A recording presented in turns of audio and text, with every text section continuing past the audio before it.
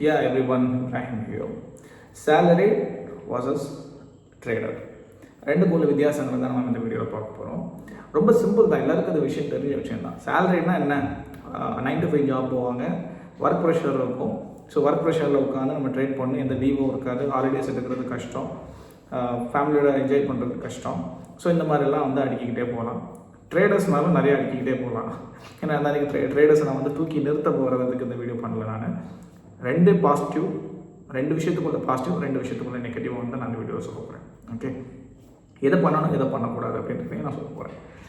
Okay, first ஒரு part ஆஃப்ல பார்த்தீங்கன்னா, இப்போ ட்ரேடர் வந்து நெகட்டிவ்னு சொல்லி போனாங்கன்னா லாஸஸ், ட்ரேட் நாலேஜ் இருக்காது, என்ன தான் பண்ணாலும் கேமிங், சைக்காலஜி அடி வாங்குது, இல்லை நான் கரெக்டாக தான் பண்ணேன் லாஸ் பண்ணுறேன், இப்படின்னு பல விஷயங்கள் அடிக்கிட்டே போகலாம்.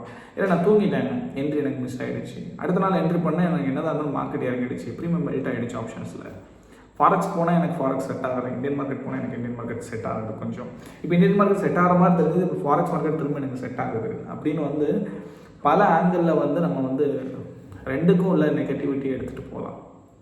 பட் ட்ரூத் என்ன, அதை வந்து ஓப்பனாக உண்மையை சொல்லவில்லை. I am individual trader. நான் நிறையா ஒர்க் பண்ணியிருக்கேன் கம்பெனிஸில், லாஜிஸ்டிக்ஸ் ஃபீல்டில் ஒர்க் பண்ணியிருக்கேன். நான் MBA லாஜிஸ்டிக்ஸ் குவாலிஃபைட்.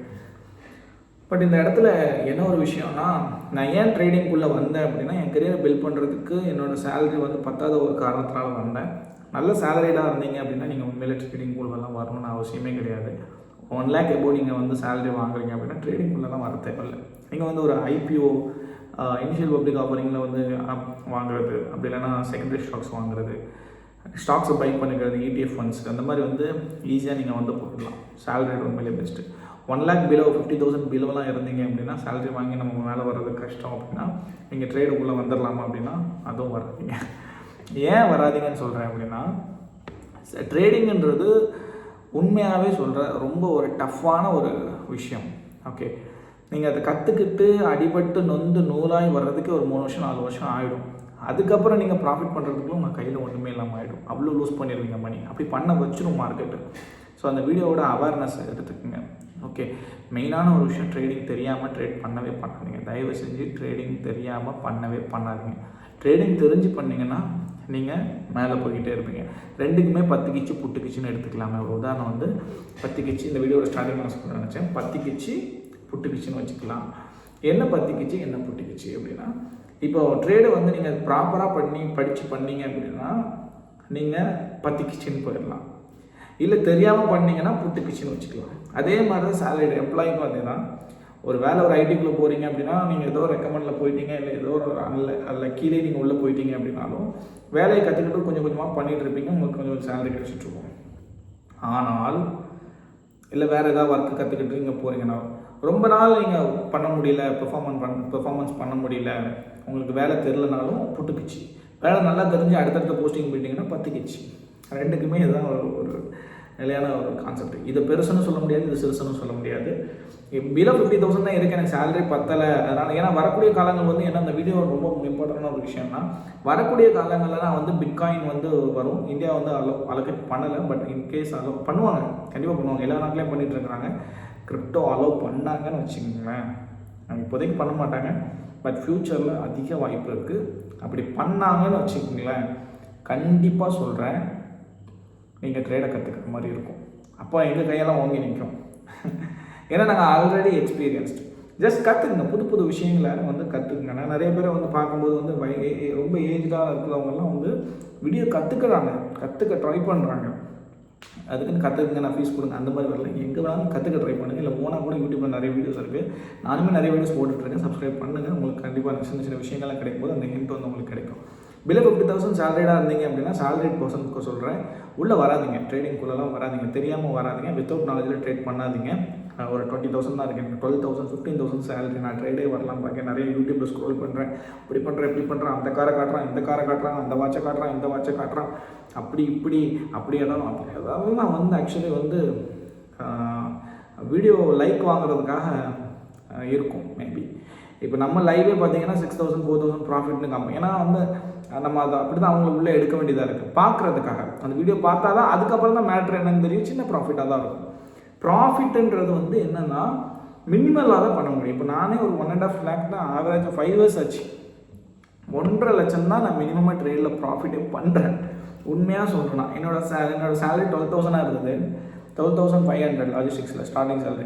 நான் அதை அப்படியே விட்டுட்டு வந்தவன் தான். ஏன்னா ஆல்ரெடி நான் ட்ரேடில் லாஸ் பண்ணி அதை கடன் அடைக்க முடியாமல் எப்படியாவது படித்து பண்ணணும்டா அப்படின்னு சொல்லி யூஎஸில் ஒரு லேடி வந்து எனக்கு சொல்லிக் கொடுத்தாங்க. இந்த மாதிரி மார்க்கெட் பற்றி சொல்லிக் கொடுத்தாங்க, பேசிக் ஹிண்ட் கொடுத்தாங்க. பட் நான் நிறைய விஷயங்களை கவர் பண்ணிவிட்டு நான் இந்த ஃபீல்டுக்குள்ளே வந்து கம்ப்ளீட்டாக உள்ளே வந்துட்டேன். ஓகே, கம்ப்ளீட்டாக உள்ளே வந்து நான் இன்றைக்கி வந்து ஒரு 1.5 lakhs வந்து ஒரு 5 yearsல வந்து நான் பண்ணுறேன். பெஸ்ட்டாக பண்ணுறேன், ப்ராப்பராக பண்ணுறேன். எனக்கு எஸ்எல் வந்து எப்படி அடிக்கணும், ஓகே, எஸ்எல் எப்படி அடிக்காமல் பண்ணலாம், எஸ்எல் அடிக்கிற விஷயமா இருந்தால் கண்டிப்பாக, ஏன்னா சில விஷயங்கள் வந்து எஸ்எல் மெயின்டைன் பண்ணி தான் பண்ணணும். ஸ்டாப் லாஸ் இல்லாமல் எந்த ட்ரேடுமே பண்ணக்கூடாது. அப்படி ஸ்டாப் லாஸ் இல்லாமல் ட்ரேட் பண்ணுறீங்க அப்படின்னா நீங்கள் ஒரு ட்ரேடரே கிடையாது, ஒரு நல்ல ட்ரேடரே கிடையாது. ஸ்டாப் லாஸ் அடிக்காமல் எப்படி ட்ரேட் பண்ணணும் அப்படின்றதுலாம் நம்ம வந்து நாளடைவில் தான் தெரியும் நமக்கு. அதனால் சேலரி உள்ளே வரீங்க அப்படின்னா டக்குன்னு ட்ராப்பில் மாட்டிக்காதீங்க. ப்ராப்பர் கைடு எடுத்துகிட்டு பண்ணுங்கள், இல்லைனா பண்ணாதீங்க. உங்கள் நல்லதுக்கு சொல்கிறேன்.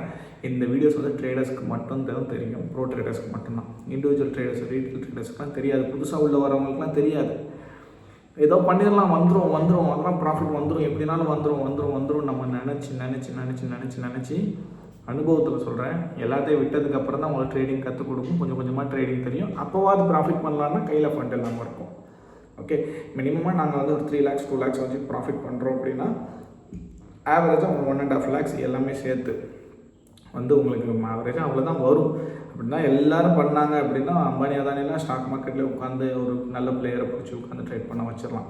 அதெல்லாம் நீங்கள் யோசிச்சு பார்க்கணும். ஓகே, பட் அதே மாதிரி விஷயம் என்னென்னா, இங்கே நிறைய பேர் என்னென்னா ஸ்டாக் மார்க்கெட்னால் வந்து பயம், லாஸ் தான் பண்ணுவாங்க, ஷேர் மார்க்கெட்டில் வேஸ்ட்டு, அது ஒரு பொய் பித்தலாட்டம் இப்படிலாம் சொன்னீங்கன்னா அது பெரிய தவறு. ஸ்டாக் மார்க்கெட் இல்லாமல் இந்த உலகமே இயங்காது. நீங்கள் எந்த ஒரு கம்பெனிஸ்னாலும், நீங்கள் தேயிலை எடுத்துக்கிட்டிங்கனாலும் சரி, என்ன ப்ராடக்ட் நிறைய இருக்குது, அதெல்லாம் நீங்கள் எடுத்து பார்த்தீங்கன்னா உங்களுக்கே தெரியும். எல்லா கம்பெனியுமே வந்து மக்கள்கிட்ட பணம் வாங்கி தான் வந்து வர்த்தகம்ன்றதே நடக்குது. அந்த கம்பெனி ரன் ஆகுது, அதை நம்ம வந்து பர்ச்சேஸ் பண்ணுறோம், வாங்கி விற்கிறோம். ஓகேவா? இதுக்கு இடையில வந்து நீங்கள் வந்து அதை பித்தலாட்டம்லாம் சொல்ல முடியாது. அப்படி சொன்னீங்க அப்படின்னா உங்களுக்கு அது ப்ராப்பரான நாலேஜ் இல்லைன்றது தான் என்னுடைய இதாக இருக்கும். நான் எனக்கு சப்போர்ட் பண்ணி பேசல, பொதுவாக ஜென்ரலாக பேசுகிறேன். சேலரிடாக இருந்தீங்கனாலுமே நீங்கள் அந்த கம்பெனியில் ஒர்க் பண்ணுறீங்கன்னா நீங்களே பாருங்கள். அந்த கம்பெனி லிஸ்ட்டாக இப்போ டாட்டாவில் நீங்கள் ஒர்க் பண்ணிங்கன்னா, டாட்டா ஐபிஓவே வந்து ஒரு 2 வருஷம் 3 வருஷத்துக்கு முன்னாடி வந்து லான்ச் பண்ணாங்க. ஐபிஓன்றது இனிஷியல் பப்ளிக் ஆஃபரிங். அந்த கம்பெனி வந்து பப்ளிக் கிட்ட தான் பங்கு கேட்குறாங்க, ஷேர்ஸ் கேட்குறாங்க. ஸோ அதான் சொல்கிறேன், 1.5 lakhs நீங்கள் சேலரிங்கன்னா ஒரு 50,000 ஐபிஓவில் போடுறீங்க, ஒரு 1 லட்சம் போடுறீங்க. மாதம் நீங்கள் ஏதாவது ஒரு ஐபிஓவில் வந்து ஒரு ஷேர்ஸ் வாங்கி விடுறீங்க அப்படின்னா அந்த கம்பெனியோட ஷேர்ஸ் வந்து ஏற நான் சொல்ல வேண்டியதில்லை, அது உங்களுக்கே தெரியும், ஏற நல்ல ப்ராஃபிட் இருக்கும். ஸோ சேலரிடாக இருந்தால் 1.5 lakhs வந்து நீங்கள் சேலரிடாகவே இருந்துருங்க, நல்ல விஷயம். நீங்கள் காரில் வர்றது அப்படி அந்த கார் இந்த கார்லாம் அதெல்லாம் பிஸ்னஸில் வந்து நடக்கும், ட்ரேடிங்கில் வந்து நடக்கும். நடக்கிற ஆளை நானே பார்த்தது கிடையாது.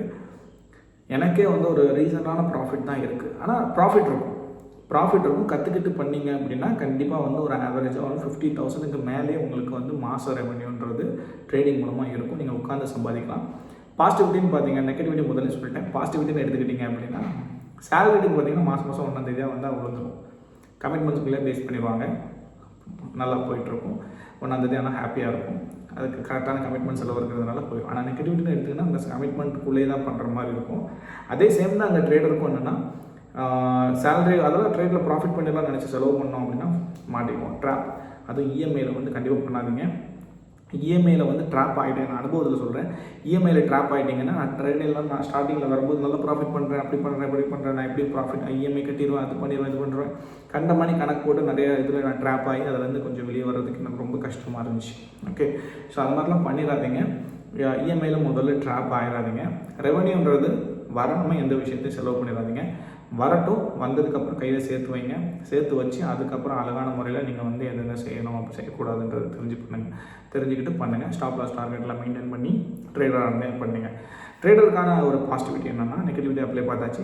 பாசிட்டிவிட்டி என்னென்னு பார்த்தீங்க அப்படின்னா, கண்டிப்பாக வந்து ஒரு ட்ரேடராக இருந்தீங்க அப்படின்னா உங்களோட பாசிட்டிவிட்டி அப்படின்னு எடுத்துக்கிட்டிங்கன்னா உங்களுக்கு யாருக்கு கீழே ஒர்க் பண்ண தேவையில்லை, ஃப்ரீயாக ஒர்க் பண்ணலாம். நினச்ச நேரத்துக்கு தூங்க, நினச்ச நேரத்துக்கு குளிக்கலாம், நினச்ச நேரத்துக்கு எஞ்சி வெளியே போகலாம்.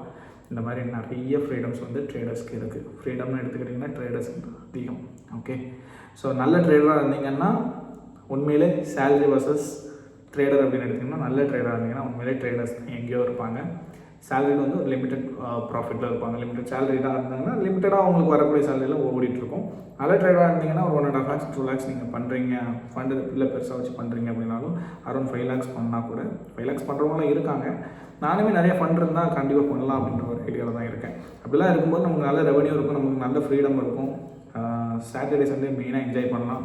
இவங்க பார்த்திங்கன்னா சேலரி பார்த்திங்கன்னா சாட்டர்டே வந்து ஒர்க்கு இருக்கும், சண்டே மட்டும்தான் லீவாக இருக்கும். சில பேர் சண்டேயுமே ஒர்க் பண்ணுவாங்க. சின்ன சேலரிடே வந்து சண்டே யாரையும் நான் குறைச்சி இட போடலை, யாரையும் நான் மட்டம் தட்டலை. ட்ரூத் வந்து நான் பேசிகிட்டு இருக்கேன். ஓகேவா? அதே மாதிரி தான் இவங்களுக்கும். இவங்க மட்டும் தெரியாமல் பண்ணிட்டாங்க, வாழ்க்கை ஃபுல்லாக வந்து அழுதுட்டுருக்காங்க. ட்ரேடர் வந்து தெரியாமல் வந்து மார்க்கெட்டுக்குள்ளே வந்து பண்ணிட்டாங்க, மாட்டிக்கிட்டாங்க அப்படின்னா, கண்டிப்பாக லூஸ் பண்ணிட்டாங்க அப்படின்னா வாரத்தில் 7 நாளும் கஷ்டம்தான். வேலைக்கும் போக முடியாது. பண்ண அனுபவத்தில் அது எப்படியா எடுக்கணும்னு நிறைய ட்ராப் இருக்குது. சொல்லணும்னா பேசிகிட்டே போகலாம். ஐ திங்க் இந்த வீடியோ நான் முடிச்சிக்கலாம்னு நினைக்கிறேன். இது வந்து உங்களுக்கு யூஸ்ஃபுல்லாக இருக்கும். ட்ரேடர்னா என்ன, இதுனா என்ன அப்படின்னு பங்கமாக காமிக்கணும் அப்படின்றதுக்காக நான் அந்த தம்ப்நெயில் பண்ணல. உண்மையே சொல்லணும், அதே சமயம் வந்து ப்ராஃபிட் அண்ட் லாஸையும் சொல்லணும், வரலாமா வரக்கூடாதுன்றதையும் சொல்லணும்ல. அதான் உண்மை மொத்தத்தில். அதுக்காக தான் நான் உங்களுக்கு வந்து இந்த விஷயத்தை நான் வந்து கொண்டு வந்து இந்த வீடியோவை போட்டேன். இந்த வீடியோ ஃபஸ்ட் டைம் பண்ணுறேன், எனக்கு எப்படி இருக்கும்லாம் தெரியாது. ஃபஸ்ட் டைம் நான் அந்த மாதிரி கேம்ப் பார்த்து பேசி ஒரு வீடியோ அப்லோட் பண்ண போகிறேன். நான் மார்க்கெட்டுக்கு எக்ஸ்பீரியன்ஸ் இருக்குது, எனக்கு 6 வருஷத்துக்கு மேலே எக்ஸ்பீரியன்ஸ் இருக்குது. அண்ட் இந்த வீடியோ போடுற எக்ஸ்பீரியன்ஸ் எனக்கு ஃபஸ்ட் டைம். ஏதோ தப்பாக நினச்சிக்காதீங்க. சப்ஸ்கிரைப் பண்ணுங்கள் அண்ட் லைக் பண்ணிவிட்டு இந்த வீடியோ வந்து மற்ற ட்ரேடர் அவங்க யாராவது இருந்தாலும் சரி, ட்ரேடர் தெரியாமல் உள்ளே வந்துட்டேன், இன்றைக்கி தான் உள்ளே வந்தேன், ஐயோ நல்ல வேலை இந்த விஷயத்த சொன்னீங்க அப்படின்னு யாராவது இருந்தாலும் அவங்களும் உங்கள் ஃப்ரெண்ட்ஸுக்கும் ஷேர் பண்ணுங்கள். நம்மளுமே நிறைய வீடியோஸ் கொடுத்துட்ருக்கோம், லைவ் சப்போர்ட்ஸ் எல்லாம் கொடுத்துட்ருக்கோம். அண்ட் என்னோடய வீடியோ நான் இண்டிவிஜுவல் தான், எனக்கு ஆஃபீஸர்ஸ்லாம் இருக்குது, ஆஃபீஸ் இருக்குது, நான் கிளாஸஸ் கொடுத்துட்ருக்கேன்.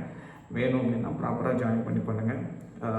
கண்டிப்பாக வந்து உங்களுக்கு பெனிஃபிட் இருக்கும், ப்ராஃபிட் கண்டிப்பாக வந்து சப்போர்ட் பண்ணி கொடுப்போம். Okay, have a good day. Thank you so much. நான் அடுத்த வீடியோ நான் அப்லோட் பண்ணுறேன். அண்ட் லைவுமே நான் டெய்லி வரேன். லைவாக ப்ராஃபிட் பண்ணுறதுக்கு உங்களுக்கு காமிச்சிட்ருக்கேன், எப்படி ட்ரேட் பண்ணி ப்ராஃபிட் பண்ணலாம் அப்படின்றத காமிச்சிட்ருக்கேன். Have a good day. Thank you so much. And அடுத்த வீடியோவில் சந்திப்போம். பை.